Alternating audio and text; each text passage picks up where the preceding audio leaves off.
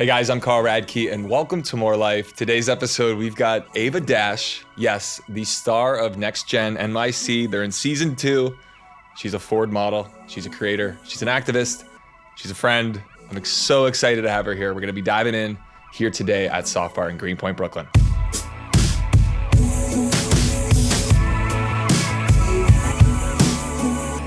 Ava Dash, welcome to More Life. Thanks for having me. Thanks for being here. So excited. I'm just glad you're here at Soft Bar. Got to know you a little bit over the last few months, so I'm really excited to talk to you. And I'm sorry, just so you guys know, I had to cancel on Ava because I was stuck in Cincinnati, Ohio. I was at a golf outing, charity golf outing. You're so fine. It worked out better anyway. I got to the gate and they announced That's canceled. the worst. And then she's like, there are no more flights for us today. So I had to go back, get my bags from the baggage claim. That's honestly awful. Brutal. It's totally fine. So thanks for being so cool about rescheduling. So as you might have known, and you've seen some clips of More Life, I have a thing, basically one of my favorite sayings is More Life. I don't know if you know this. Is that from Drake? You know this. Yeah. So Drake's More Very Life. 2016 of you. Exactly. I love that album. And at the time when we were filming Summer House, I was wasted a lot and doing crazy things. And I would just drunkenly say More it Life. all the time? Like, no stress, more life. And it became a thing. But as I've gotten sober and got my shit together, it's something I kind of look at as more of like a mantra for living your life to the fullest, taking advantage of your opportunities, squeezing out every little drop of life. I love that. But I'm curious, Ava, do you have a saying that you go by or that you blurt out to your friends? Yeah, all the time. Honestly, everything happens as it's meant to. I think everything is coming for me that's meant for me, and things that aren't meant for me don't come, I love that. And I think in my industry of modeling and content creating, there's a lot of rejection that comes with that. And that's not necessarily a bad thing. When I get a no, it doesn't make me feel bad about myself. It's I know that wasn't meant for me. I wasn't right for that job, whatever. And it can be hard to hear that all the time. But I think, what's meant for you is coming. Believe it or not, I had a brief modeling. Oh, love. Well, I got no 99% of the time. I got one or two things. If you got every job, you'd have no time. Exactly. But the no, when you're young, still figuring out who you are, gaining your own self-confidence. Yeah. Were you always that confident or did you grow into that? I think a part of me has always been confident. My family is very we say I love you all the time. We really pour love into each other. And so I think I always had a little bit of natural self-confidence, but definitely starting out early on, I've been told no from many modeling agencies. It took a while for me to get to the space I am with my team. At what point did you decide or think that you wanted to go into modeling? Definitely in high school. My parents never gave me an allowance. And so I worked at Brandy Melville. Hell yeah. Do you know what that is? Do you know Brandy? It's a retail store, right? Yeah. In LA for $12 an hour. It was awful. I love Brandy, but the pay, really bad. Retail is, I have so much respect for our retail workers. It's not really an easy bad. gig. Yeah. And so when I realized I could go on set and make $2,000 in one day, that was I thought that was the coolest thing ever. Did anybody ever come into Brandy Melville and be like, hey, you should be a model? Yeah, all the time. Oh, so really? they really hire girls that were model-ish. look model-ish. Yeah, and there's some backlash with that, but It is what it is. And model agents would come in and out all the time. And so I'm pretty sure a model agent came in and was gave me the card and we called it. And I signed with them. And then I ended up signing with a bigger agency later. I love it. But yeah. I mean, a lot of people know you as Damon Dash and Rachel Roy's daughter. Yeah. What do they miss about you? Not your parents, but people assume they know you because of your parents. So what do they completely miss about Ava Dash, just Ava Dash? I think because both of my parents are such big personalities, people expect that I'm going to be the same way. Yeah. And I do have a big personality once you get to know me. I'm not so outgoing on the first meeting. You're a cool cucumber. Yeah. You're very you have a good confident presence. I'll sit, and if you want to come and say hi to me, then we'll chat, but I'm not being class clown, running around. So I think people expect that I'm going to also have that same sort of energy that my parents do, and then I don't, and then they're wait, is she okay? Are you even their daughter? Yeah, does she hate me? What's going on? I'm no, I'm just I don't know, I'm just a chiller. I've always been this way. The first time I actually remember talking to you was at the Standard Beer Garden. This was back in March. Yeah. A bunch of us were out for brunch, which actually turned into a more famous brunch later in the night because of other things. Yeah. But I remember talking to you that day, and I remember you were just so cool and confident and chill. Sometimes you need people in reality TV. Yeah. you never know what you're gonna get. But Yeah, I was always fair. impressed by just how you carried yourself. Thank you. seem- And I thought the same with you. I thought you were Thanks. so sweet and like welcoming, and you were like, come to the summer house. And I told you know. Ava, I'm like, hey, so what are you doing the first weekend? You better be coming. Because we were at Palm Tree Festival, or maybe a couple weekends before the summer got started officially. Yeah. So Ava was out at the Palm Tree Festival. I was out there with Kyle and some other friends. And I remember being like, we have to have Ava come out to the house. Yeah. So Have to. to give a little tease, you might see Ava on next season of Summer House, maybe. Maybe. I hope. But Yeah, I hope so. it's going to be there. Your parents are obviously incredibly successful. I'm curious, like, I mean, I was a huge Jay-Z fan. Really? This is just a random question I have for Wow. you. And it's something I've thought for a long time. Did your dad do the skits on Jay-Z's albums? Like, did he do the voices? I don't know. 'Cause, Like, in- probably. In 'cause some of the early Jay-Z albums, like in between a Reasonable song. Doubt? Yeah, like at the beginning, it sick. almost sounds like your dad doing an I need accent. to listen. Can we listen to it? Because I'll be able to hear my dad's voice. If so. Can't Knock the Hustle. Yeah. Or it's like, hold Because on. that's very his energy to like do these like random ad libs and stuff like that. Like he would. But yeah, the earlier like 90s was my dad's era. Because it's something I've been thinking about for a long time. No one's ever like- asked me that before. This is really good, by the way. Is that your dad? That's not my dad's voice. Oh, that's my dad. That's your dad. That's my dad. Yeah. That's your dad. Ain't no Okay. rapper. Thank you. My childhood dreams have been met. Thank you for answering that. Because I'm a huge rap fan. I always loved skits and like the in between the songs. Yeah. I became obsessed with New York rap culture in that's so like cool. 5th and 6th grade. So thank you for Yeah, answering that. of course. Got it. So what was your childhood actually like? I mean, I would imagine. I mean, it was so much fun. My mom and dad were both working like constantly at that time. So it was like, Did they bring you to stuff? yeah, it was like going to my mom's office and like seeing her be like So the cool. boss with the corner office and like people coming in very like Devil Wears Prada and like me in the corner like drawing and just like watching, like going to concerts with my dad, fashion shows, fittings, like yeah, it was very cool. So you had a pretty normal childhood. Just so normal. Just like everyone else. Growing up with your your parents are powerful and been successful. Like, did you have that pressure to like accomplish something, or did you feel that Yes. pressure? I definitely did feel that pressure, but my parents were so like, do what makes you happy. And, you know, my mom really wanted me to go to college. My dad really didn't want me to go to college. So there was like a push and What was pull. the argument against college? My dad was like, are you really going to take business advice from someone who's never started a business? Like, I love your dad for you know that. what, fair. But I wasn't taking business classes. So I Sure. was like, you know what, different. And he was like, I would rather give you however much, you know, college money, college tuition. I'd rather give that to you and you start a business. And I was like, I'm 18. I don't know what I want to do. Like, even if you gave me that amount of money, what would I do with it? I have no course. idea. And it was like, I felt really overwhelmed. And my mom was just like, you are going to be so appreciative that you have your degree. And like, she knew I was already modeling at that time and she knew that that's what I wanted to pursue. And she just felt that like having the confidence of like having a degree and putting in that work would make me so much more confident walking into a room, walking into different spaces and feeling like I deserved to be there and not just like I was there Just 'cause because you're I was born 'cause you're into it or attractive whatever. or- Yeah, exactly. Like I actually have something to say and bring to the table. I love that. And also like at 18, I don't know anything. Like, you know, I needed that experience of like living alone, paying bills for the first time. Independence and figuring, doing your own laundry, Meeting people. and Yeah, figuring exactly. your shit out. Was there ever a time that you wanted to distance yourself from the family name? No, I think I am so grateful to be born into the family I'm born into. And it's also, they're not like stuffing things down my throat. Like I don't have to be in entertainment if I don't want to. I like it and I enjoy it, so I want to, but it's not like my family really like pressured me to I feel like do a lot exactly of what they people, do. though, with parents, of your parents' stature, you assume that that's like what happens. Yeah. You know, like that the pressure's put on you and they expect you to mean, yeah. build a career in music or in fashion or whatever it is. To be fair, I think my dad's dream would be for me to be a pop star. Not too late, Ava. Yeah, it's never too late. We could get a Jesse Solomon, Ava Dash collab. Yeah, that would Kyle be really Cook cute. could DJ it at his next show. Yeah. I'll be the guy celebrating and happy to be there. I love that.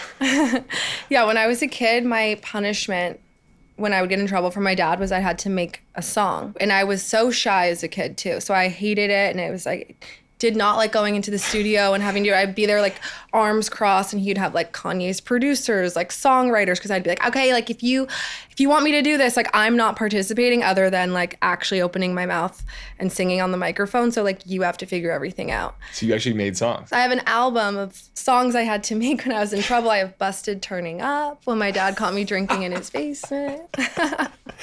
That is actually kind of cool. Like, I mean, the parenting of it all, like to try and. Yeah, like my dad, like being like, this is what her punishment's gonna be. I think he thought I would like do it and then fall in love with it. Yeah, like it and would then, inspire you to like. Yeah, but instead it just participate. made me think like, fuck that.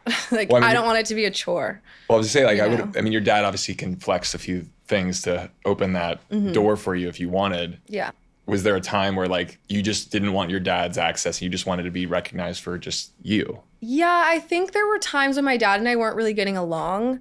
Honestly, it took until I was probably like 21 for me and my dad to have as strong a bond as we do now. And I think it was mostly like taking financials out of it. Like at that point, he wasn't paying for anything for me anymore. And I was able to just like be around him in the capacity of like, you're my dad and I want to be here because I love you and I want to hang out with you. Not because I feel like I have to, not because you're holding something over my head, not because you're not going to pay my car bill if I don't, you know? Yeah, like controlling almost. Yeah, so. But you were able to kind of gain your own independence, which is, I mean, you made that conscious choice to like. Yeah. I was like modeling, okay, I can get paid, I can pay my own bills, no one can tell me what to do. Like being independent for me has always been so important. I love that. Obviously, I can't imagine, you know, growing up in a household with your dad, you know, there's some of the resources, but then wanting to have your own story and your own thing. I'm curious, like at this point, I'm from a family of divorce. You know, my parents were married 34 years. Oh, wow. And then my dad started seeing someone else. They separated and then ultimately got divorced. But I was in my early 30s when I found out. Okay. And it fucked me up. Really? Because I was, you know, you We grow didn't up. expect it. No, and you grow up in a household for all Yeah. those years. After 34, you can't like Yeah, you're stick like not around. thinking about it anymore. You're like, my parents are locked. It's Yeah, they're fine. good. Yeah. Like, so I really struggled with the divorce for a few years because I was in the middle. I really wanted to support my mom Yeah. because my dad didn't. I was really angry at my dad. So what you were sharing about your dad, like for me, I didn't talk to my dad for almost 2-3 years. Yeah, same. And it was really hard because I wanted to, but I didn't know how. And I was Yeah. angry. I had resentment. And it took some time to like work through that. But I'm so glad I did because I'm the closest I've ever been with my dad. And but I'm curious, like that time period for you, not talking to your dad, like what was that like? It was hard. And I have a younger sister who's 8 years younger than me. So I feel like she's like my daughter. So my parents were going through a custody battle about her. I was like aged out of it at that point. And so I was in the middle a lot too, my whole life, being like when we were at my dad's, I was her babysitter. Like I was the one giving her a You bath. were like almost the leverage. Yeah, exactly. And so when I turned like 16, 17, I was just like, you know what? You guys deal. I'm out. I'm going to pay my own bills. You guys like, Okay, just so- leave me out of it. When you were young and your parents going through it and now being an adult, like have you been able to reflect on things maybe at the time when you were younger that maybe didn't make sense? Or like how are you with all of the divorce? Yeah, I think, well, when my parents were getting a divorce, I was 8. And I don't know if, so young. so young. Yeah. I don't know if this is a hot take, but I was so happy when they got divorced. Like So they do I. just, yeah, no, they That's just a hot like, take. They're just not meant for each other. Like they're not each other's person and they would fight all the time. And I was in the middle. I didn't want to watch that anymore. Like I wanted them to separate. I like begged. I was like, please. It had to be really hard, I would imagine. Yeah. But something I've always struggled with, what you just said. Here is this beautiful human being, daughter, Ava, and then as you're 8 years old, you're like, they're not each other's person, but they created you. Right. That's like a conflicting It thing in my is. head. And like, I felt that way with Yeah. my parents when they got divorced. I'm like, well, what is it? What do I mean now? Like, am I not any? It's so interesting. I don't think I ever thought about it with like as a reflection of like where I stand. Yeah. But then as I've kind of matured a little bit, like Yeah. I think people change. There's a variety of factors that can happen. I mean, obviously people have career stuff, there's family things, there's health. That also I think has Yeah. a role in Totally. some of down the line. And I think it's just like a different time. Like I'm 26 and my mom was 26 when she had me. Can you imagine having a couldn't baby right now? imagine- like no, I just could not imagine being in that place. Like my dad, he made his first $1 million when he was 19. It's So incredible. like they just, I mean, I feel like I grew up really fast, but like they were doing adult things. And I still feel like I'm a teenager. You know But what I mean? you're so mature. Like when you say 26, I'm like, yeah, you look 26, but you don't act 26. Thank you. I think it's like being an older sibling. Like, I don't know. You had to grow up fast a little bit. Yeah, like I was always second mom. Well, I mean, to You your know? point, second mom. What did Yeah. you have to take on as a kid that you might not have really been mature enough for? The babysitting of it all, like giving her a bath, making sure she goes to bed on time. Like I helped my dad potty train her because he was so annoyed that she was still in diapers. And like she was so funny because she was like 2 or 3. Like me even having these memories of my sister is like, I feel like that's not really a normal thing. And so there's just like certain things where I just felt like I was like her rock Sure. when we were not at my mom's. if Yeah, that you were makes like sense. the mother figure Yeah. when you weren't. And just like also helping her deal with the divorce as like just a baby. Yeah, I mean, you were Yeah. you said 8 years difference. Yeah. Mm-hmm. And that's tough because I think as you grow older, your relationship to that moment could cause other issues, or if you never really Yeah. heal from it or really wrap your arms around it. Because like for me, for a while, like I drank to my dad because I was Yeah. so angry. Yeah. And then I'd call my dad drunk and like yell at him. That's the only time we did talk. I'd like call him at 2 in the Right. morning and be like, say crazy stuff. Yeah. Because you felt like all the emotions were coming out at that time. Exactly. So at what point did you and your father kind of get to a better place? You said around 21, 22. Yeah. Becoming an adult, paying my own bills, and I think seeing your parents as people and like this is his first time on earth. Same with my mom. Yes. They're trying their best. And love like that you me said that. thinking like, oh my God, if I had a kid right now, the amount of mistakes or, you know, whatever, like if I were in their shoes, I would have made the same choices, I have to assume. You're so wise. I had to go to like West Palm Beach, Tony Robbins to learn what you just told me and spent 7 days in a conference I love room. that though. Because that's how I made amends with my dad. Seeing him as a person. Human being. My Yeah. dad had my brother at 23 years old. Yeah. Like that's So young. insane. My dad was 28 or 29 when they had me. Yeah. When I was fighting with my dad, I was 33 at Yeah. the time. Yeah. And I'm like, I had to put myself in his shoes. I had to go back and the information he had at that time. Yeah. How they grew up also. Yeah, he did the best they could. They did and the best they forgiving could. him and realizing he did the best. It's his first time being a parent. Mm-hmm. So, but where did you learn that? do you My wa- parents are both really like we're all very vocal like with each other, and we all like we say our feelings, we get them out. My mom is really close with Deepak Chopra, so I grew up like going to his retreats and like Okay, that helps. yeah. So He's we- I we feel like work he's on like it. the leader in some of that. But that's such a great philosophy, I think, to have. And I think anybody who's going to watch this, I hope that could help them because there's tons of people I who do too. have been through divorce, but that little moment that we talked about, I Mm-hmm. don't think everybody has that same assessment of their parents. That Right. they're still upset or they're assholes or they're Yeah, and I think also All going through going through a bad breakup. Now I'm like, damn, I can't imagine going through a breakup with 2 daughters and, you know, having it be in the public and all the stuff and figuring out where to live and all the things my mom had to deal with going through her divorce. I can't imagine, you know. No. So then you start to have a sympathy for your parents. And I think they also they're like hard on themselves too. Like they think like, I'm sure they wish that they could have Made had it a work. made it work and had a relationship that their kids could like look to and aspire to have, when in reality I look at their relationship and I know what I don't want. Which is still helpful I think because it- I'm like looking for, you know, I know exactly what I don't want, and when I see it I'm like, no. Well, that'll hopefully, help you find the best match because of that experience you Yeah. saw in your parents and taking those learnings and taking that experience. And I think it'll work for you. Yeah. Because I feel the same way. Like I look at my parents and I'm like, I'm never going to get married if it's not right. Right. Right.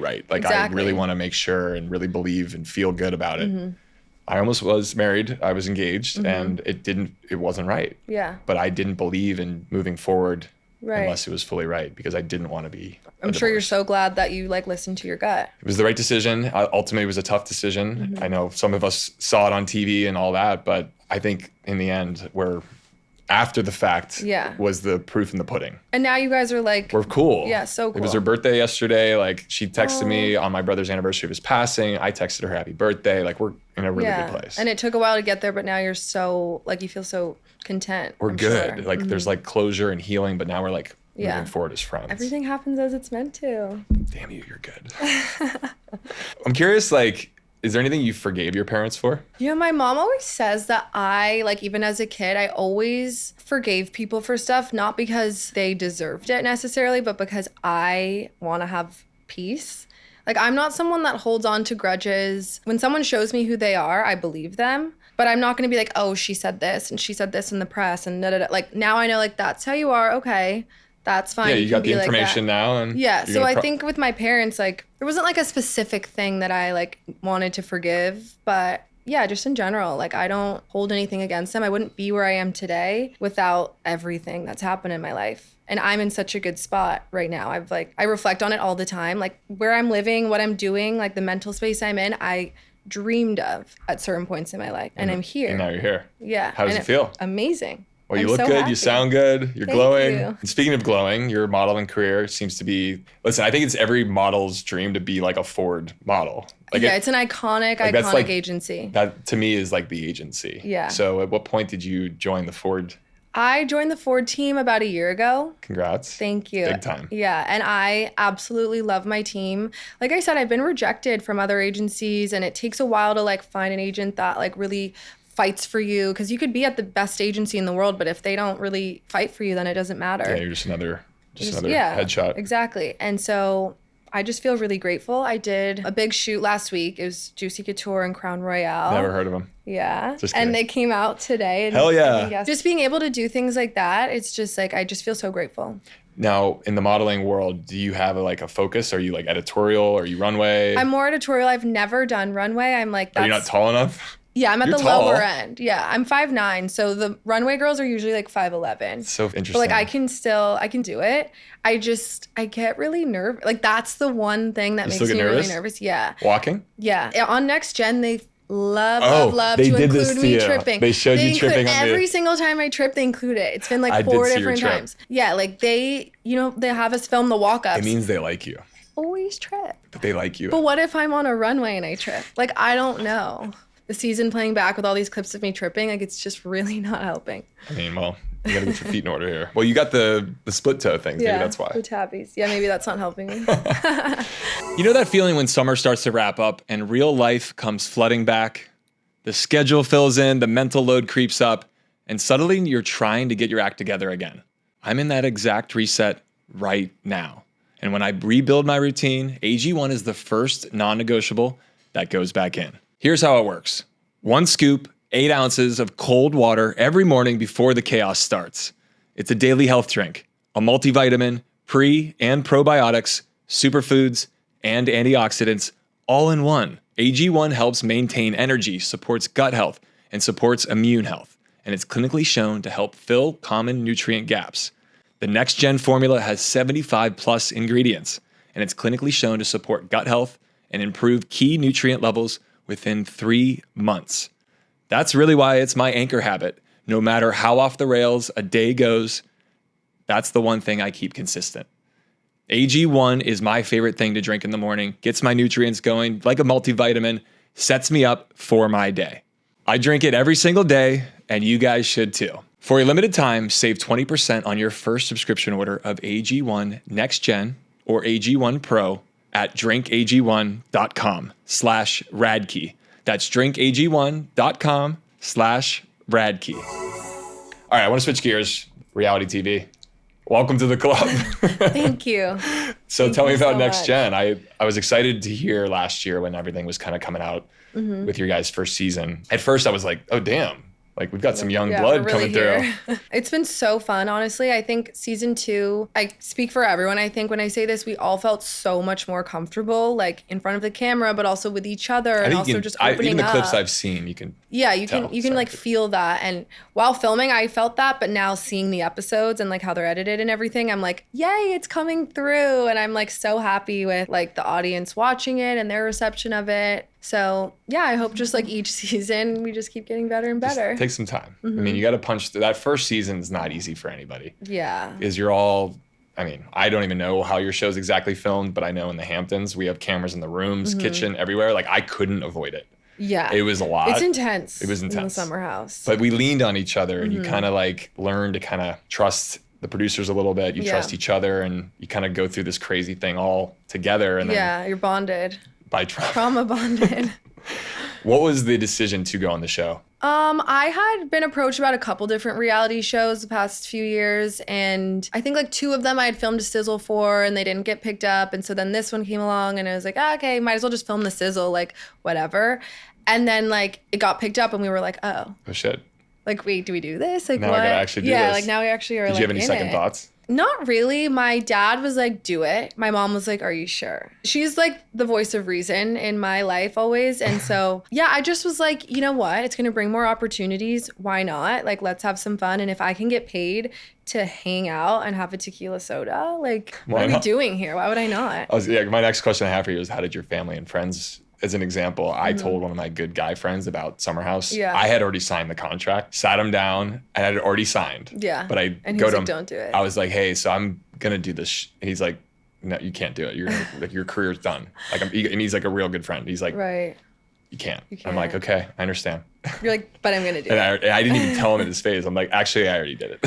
That's so funny. And he also, like 10, whatever, 11 years ago, it was probably like had such a different stigma. Oh my God, it's completely shifted. And I think to your point, like even your dad, I think being wise understands, and you understood, like it's a way to build your brand, build your, your next phase of your career with all of this awareness. Yeah. But back in 2016, when Summer House first started filming, there wasn't really influencer stuff. Not as much. There was like the tummy tea and like Diff eyewear. Tummy tea, yes. Like the Sugar Bear. Yes, and a few of the girls would do stuff, but like no, like Bravo at that time, Housewives were enormous. The Top Chef and Project Runway, Vanderpump was massive. Yeah.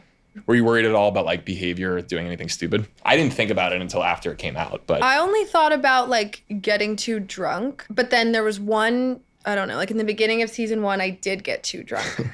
Same here. It happened. I'm sorry to pound. And I did say something I shouldn't have said. And that moment, then I was like, okay, fuck. Like, I need to like really realize like what I'm doing. So in the moment, you knew you said something wrong, but also later on? Yeah, in the moment, because then the 2 girls confronted me about it. And I was just like, oh, here we go. I didn't mean, this isn't what I meant to happen. Of course. I was like in the moment, I was like, this wasn't my intention. Like, what am I supposed to do here? Like, you're a human being, but you're supposed to you're living your life in real time. Yeah. Obviously there's cameras recording, you're inviting them into your life. But I remind my friends on the show, I'm like, we go through things in real, like, you don't have time to decide, or it's like what you're dealing with. Like it just is what it is. That's hard. And I wasn't close enough with them at that time because we just met on camera, and like different from you, we're not living in the same house. So we see each other for 2 hours during film. Yeah, then we go home. And I think that creates more friction because of the not we staying. don't get that bonding time unless we like go out of our way to go do that. And we didn't know. It was just too soon. I don't know. Did you tell your parents in advance of you saying that coming out? Yeah. Like, so I called them immediately. They in were the car. warned? I'm like, fuck. I was like, yeah, I shit the bed. See, I didn't know what to warn my mom about that first summer because I didn't remember a lot of it. I mean, I remembered some, but like my mom would watch Supporting Her Son, and then she's like, who is this guy? Yeah. It's also different for you because you don't like go home and then you can like call your friends and be like, this is what happened. Like, you're filming We're in it 24/7. Well, did your parents have any reactions to what they saw first season? I mean, my mom was definitely like, you could have just kept your mouth shut. Like, why? And my dad was just like, in his mind, like, no press is bad press. You know what I mean? And he's just like, you know what, fuck it. You said what you wanted to say. You meant it. Stand on it. And I think, too, being able to reflect whenever that episode aired, did you deal with backlash from what you said? Yes. And I'm imagining that was hard.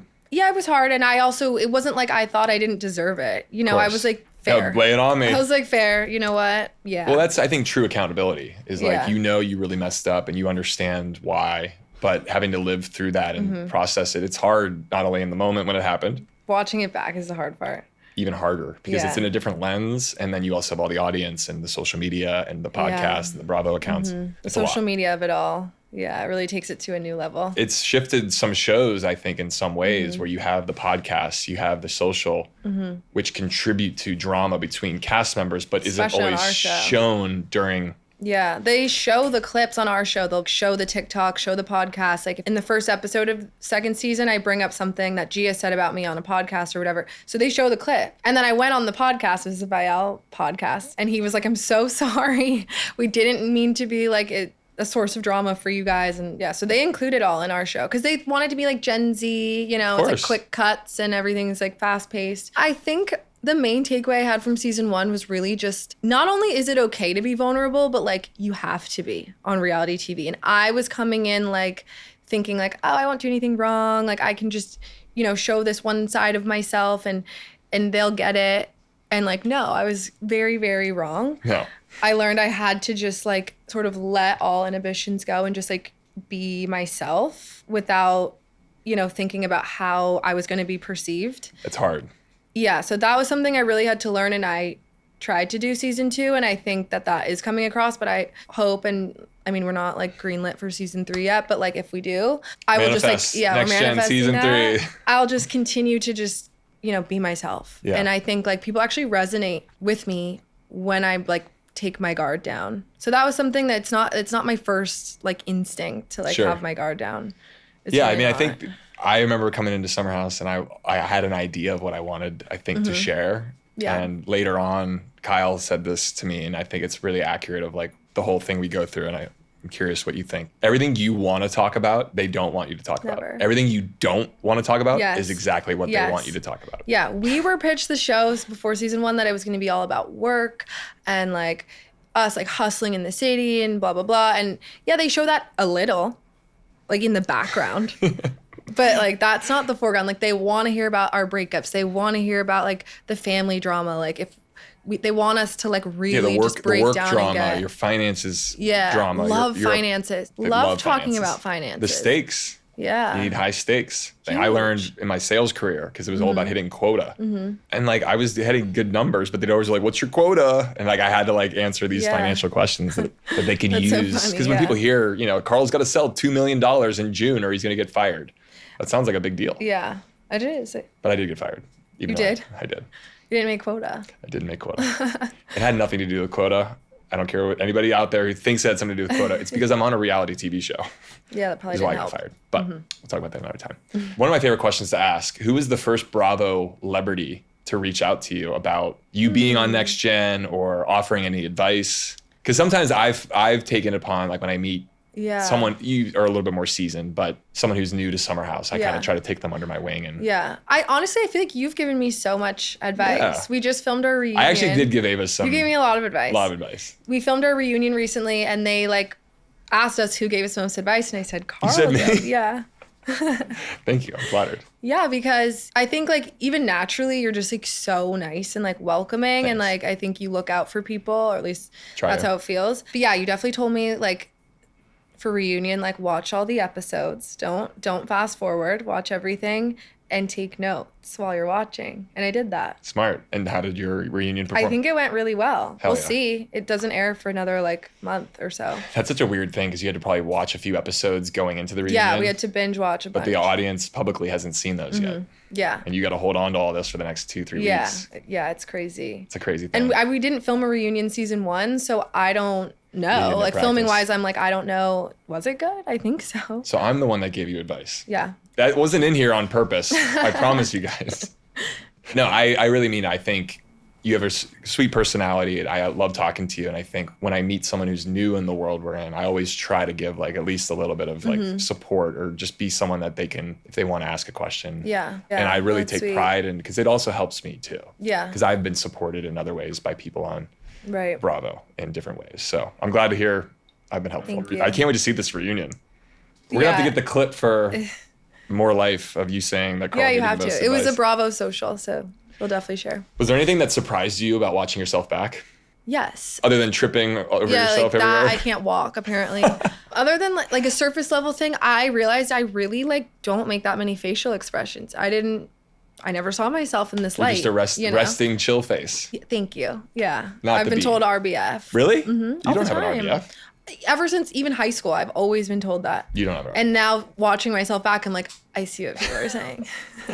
See it. She does not have an RBF. No, you do not. I know there's RBFs out there, and that's really. No, you're a resting cool face. So, okay, yeah. Yeah, so that, and then just like the vulnerability thing and like connecting with the cast, and more than just a castaway, like actual like building friendships with people. It's hard because you're forced sometimes to have uncomfortable chats. And explore things that you're like that you wouldn't normally have with your friends, and now we're doing, and so you kind of become like siblings, like me and my siblings, we argue, but we still like there's love, you're still gonna come back together. And I think that's actually what I'm glad you said that, because I think, at least from my understanding, at least what I've seen, the best shows that they fight, they're opinionated, they get it all out, Then they reconcile. then they get over it. Yeah. Shows that don't get over stuff and it lingers and it's like a season later and it's still kind of, Yeah. it never really. That was another reason season 2 was like got off to an interesting start because we didn't have a reunion. So the first couple episodes, it was pent up. So much pent up.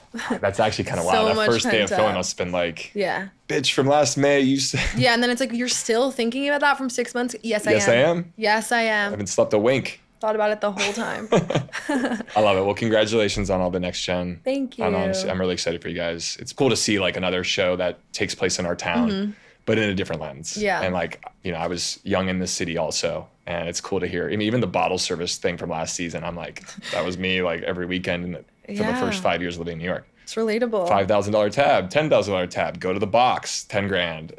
I've lived that life. I mean, it's expensive in this city. It's crazy. If you want to have a good time and look cool, it's hard. Okay, I got a few more questions for you, but this one's gonna be fun. Dating. Where are you at in dating right now? My favorite. There's been a lot of rumors out there, and I Yeah, just a have to lot. ask. My dear best friend Kyle Cook, can you give us any? I mean, I know the truth of what you guys Yeah. have been friendly. It's flirty and just fun. It's chill. Yeah, exactly. And I've never been single in New York City as an adult until the past couple months. So I'm like truly just like vibing, having fun. So you're single, back on the market. Yeah. Is there? This sounds wrong. Do you have a timeline of like when you're hoping to like No. settle down? Is that a part of your? You don't seem like a timeline girl. I'm not a timeline girl. It's so annoying. Whatever's I think meant for what's you will meant to happen. happen will happen. I don't think I'll be like an old mom. I think I'll be like a young hot MILF. So maybe that'll happen soon. But I think, would be cool if that happened before I was 30. Yeah, Like still- finding someone and getting married or whatever. But no. Well, you went through a breakup on the show as well. Yeah. And I also have dealt with that. I mean, can you talk a little bit about navigating that? Because Yeah. sometimes the breakup, it happened in real life at a certain time. And then And now we're reliving it. and now it airs, Yeah. and you're going through it again, and maybe from a different perspective. Yeah, and my ex was not on the show. So that balance of like wanting to share my life with the audience and like talk about it with my friends, but also protect his privacy, but at the same time fuck him because we didn't end on good terms. So why am I even protecting him? Like that was such like a hard thing for me to navigate while we were filming. And so now I'm watching it and I'm like, oh, did I say too much? Like, did I not say enough? Like what? But Like- yeah, I'm happy with how everything has panned out. Sure. But like watching, I mean, 7-8 months later, you're still like, oh God, what did Yeah. you know, you don't want to like, I get it. Because when someone is not in the world, Yeah, like, I don't want to. He didn't sign up for exactly, this. you don't want to drag them through it all, even Yeah. though it makes it hard for someone like yourself who's opened everything up and is vulnerable and sharing their life. And then you're living Yeah. a double life almost with someone who's not. Yeah, especially with season 1, people telling me like I didn't open up enough and I didn't, Who told show you up that? enough. Everyone. Screw 'em. Yeah, but so season 2, I really wanted to, but then I also didn't want to like disrespect the boundaries of my relationship, and so there was just like a lot of things. So honestly, becoming single was like so helpful, even though I didn't want it at the time. It proved that it was, for the best because then I was really able to connect with my friends that were on the show. I was really able to open up in front of cameras, and I could just like live and be for me and not like with somebody else that I felt like was trying to like put me in a box. Yeah, you can be your own self. Yeah. And I think, but I do think sometimes with the show, like, or at least I felt this, like, that's what they want to see is like, who's Ava dating or who's Yeah, Ava. they wanted it so bad and he didn't want to be on the show. Yeah. So am do I you supposed think to do your at that next time? relationship will have to be someone in the public eye or on another I don't know. on another Bravo show? Have you thought about that? Because I Yeah, think I about it a have lot thought now about for that. many years being in this world. What would be a good fit for me look like? And Yeah. friends of mine are like, you need to date someone who's very private and chill and not in this world. And I also am like, maybe that would work, but I Yeah. also think I could date someone who's a creator or has a big career, but I could be a supporter and we have our both independent careers. Yeah. I feel like my husband is probably a private person, but like my next boyfriend doesn't have to be Doesn't private. have to be. I like that. That's what I think. Print that. What's a non-negotiable for you? I need somebody who Well, like, or after that last relationship. after my last relationship, I need somebody who supports me and doesn't try and dim my light. I need someone who like isn't gonna shit on me for being on a reality show and say that it's cringe and say X, Y, and Z. I need someone who's like, you go kill it, do you, walk on that Victoria's Secret runway. Like I want you to, do all the things you want to do and yeah, just like truly be supportive, lead their own life so that they're not just like hanging on. Like, Yeah, you know like, what I not mean? codependent. Yeah, not codependent. I've been so codependent in my past relationships. Same. And so like having a full life myself before getting into my next relationship and having him have a full life so that like we can join lives together, but like we're not codependent. And you both can have your own little... Yeah, like I think can go to dinner with my friends. You can go with your friends. You have work. I have work.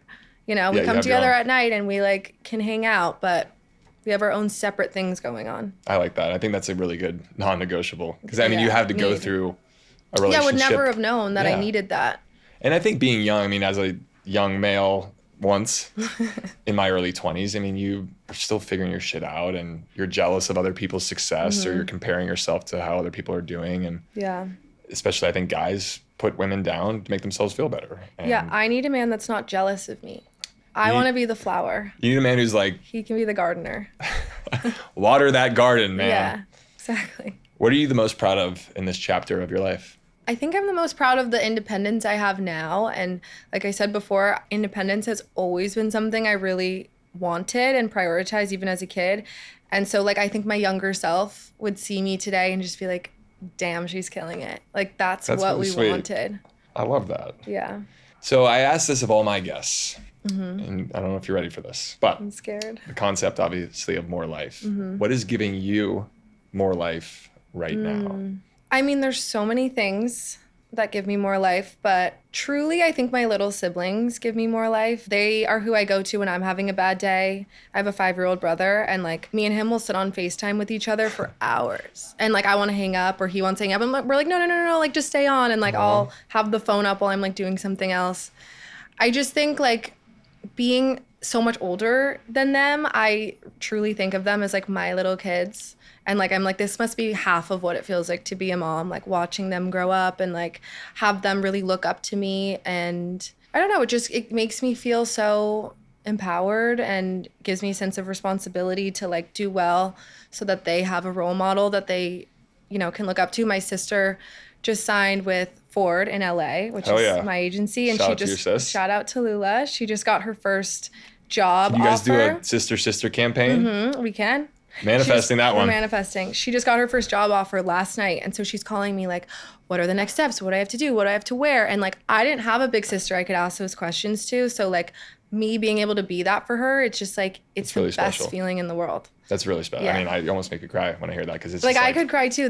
My siblings, my family, they ground me so much. It's beautiful. I don't know what 'cause- I would do without them. Yeah, I mean, I've known you a little bit, but like talking to you, it's really, you're such an amazing person. You've been through tons of stuff, but the way you carry yourself and the way you kind of operate is really impressive. Like, Thank you. you should give yourself a That's lot sweet. of Thank credit you. for the work you put in. Thank I don't talk to you. 26-year-olds that act like this. Like, I don't. Trust me. But I really appreciate you coming on today. Thank you for having me. Anything This you is want to so plug fun. for our audience? I don't know. I just want to say thank you so much for having me. This has been the easiest, most chill, and also like talking about things that actually matter podcast I've ever done. And Thanks. I really appreciate it. I want to like really dive in Yeah. and give people space to talk about stuff. And I think you're such a like safe space for that. I feel like I've told you that so many times. Like we'll be out and I'll be like, I just want like a hug. I know. can't. I remember talking to you at that concert, and you were like, "You're just so." I'm like, "This is just me." Like, Yeah, like he's like the most calm, like just like good Thanks. energy. Like you make me feel so safe. So I appreciate it. I take pride in that, and I'm honored that you feel that way. Well, Ava, we'll have to have you back in again. Yeah, and by the way, we're having our 1-year soft bar anniversary soon, I'm coming. so I'd love for you to come. I'll send that invitation. Thank Caitlin, you. make sure we get her on the list. Thank you guys for being here today on More Life. We will be coming back again soon here at Soft Bar in Greenpoint, Brooklyn. Check us out wherever you get your podcasts. Like, review, subscribe. Apple, YouTube, Spotify. Give us a shout. We love you guys. Thanks.